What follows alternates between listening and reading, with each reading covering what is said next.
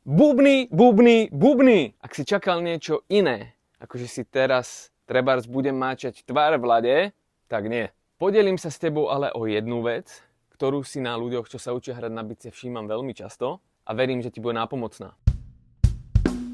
Pomalšie, pomalšie, pomalšie. Za prvé, nezamieňaj si prosím tempo s dynamikou. Pomalšie nerovná sa tichšie. Ak sa učí sám napríklad takéto rytmy,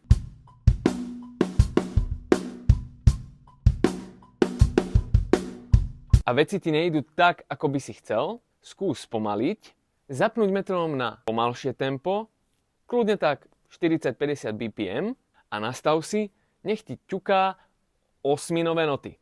Jedna z najčastejších chýb je tá, že ľudia cvičia bez metronómu.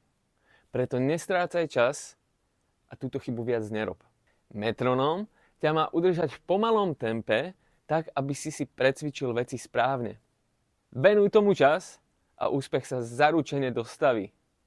Pre viac tipov k tvojmu bubnovaniu sleduj môj profil.